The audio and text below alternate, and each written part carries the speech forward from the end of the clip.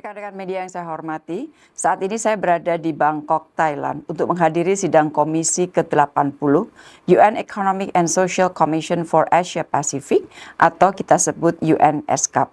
Sidang Komisi ke-80 UNESCAP kali ini bersifat strategis dengan mengangkat tema Leveraging Digital Innovation for Sustainable Development in Asia and the Pacific. Pertemuan ini menjadi momentum kerjasama negara-negara di kawasan Asia Pasifik untuk mendorong pemanfaatan inovasi digital guna mengakselerasi implementasi Agenda for Sustainable Development 2030. Indonesia juga selalu berperan aktif dalam mendorong pemajuan isu-isu pembangunan dalam pertemuan UNESCAP. Dan tahun ini Indonesia menginisiasi dan menjadi tuan rumah side events dengan tema Accelerating Ocean-Based Climate Action yang akan diselenggarakan pada 24 April.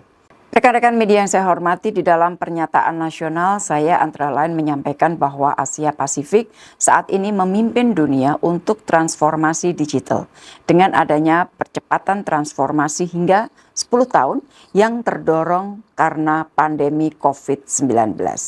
Saya juga menyampaikan bahwa perkembangan positif ini seharusnya menjadi golden ticket kita menjadi yang terdepan dalam pencapaian sustainable development di tingkat global.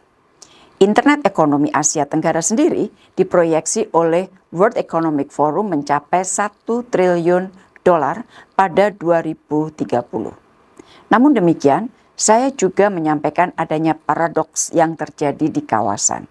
Laporan PBB mencatat adanya keterlambatan kawasan Asia Pasifik untuk mencapai SDGs sampai 32 tahun hingga tahun 2062 akibat pandemi COVID-19 dan konflik di berbagai belahan dunia. Untuk itu Indonesia mengedepankan pentingnya inovasi digital untuk mengatasi paradoks ini yang akan diwujudkan melalui pengembangan digital dalam aspek pemerintahan, ekonomi, dan masyarakat.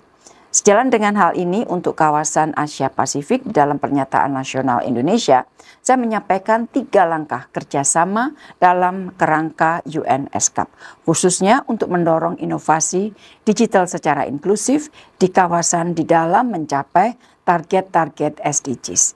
Yang pertama, pengembangan roadmap digital terintegrasi. Lanskap digital di kawasan Asia Pasifik saat ini sangat terpecah.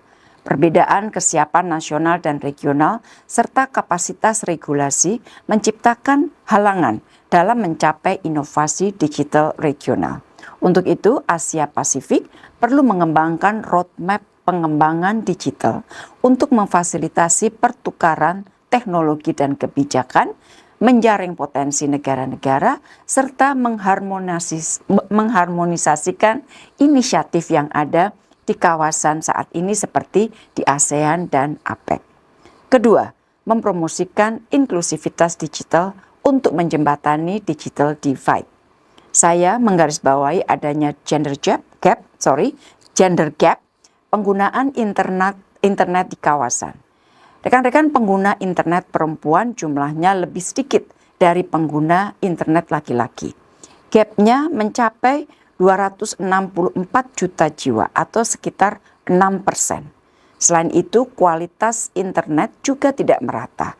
Dan ada juga gap akses internet antara wilayah pedesaan dan terpencil dengan wilayah perkotaan. Untuk itu, kita perlu melakukan berbagai inovasi digital yang inklusif, termasuk dengan berinvestasi di berbagai fintech, startup yang dipimpin oleh perempuan, mendorong peningkatan infrastruktur digital, dan memperluas akses untuk pelatihan digital literacy.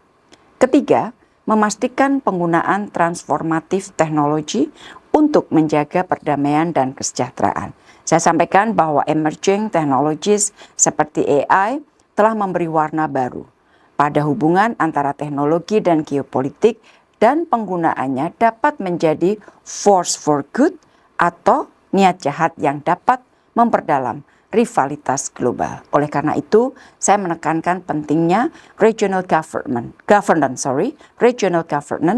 untuk mencegah penggunaan yang salah dan memastikan kontribusi teknologi untuk pengembangan ekonomi berkelanjutan yang dapat pada akhirnya meningkatkan taraf hidup masyarakat.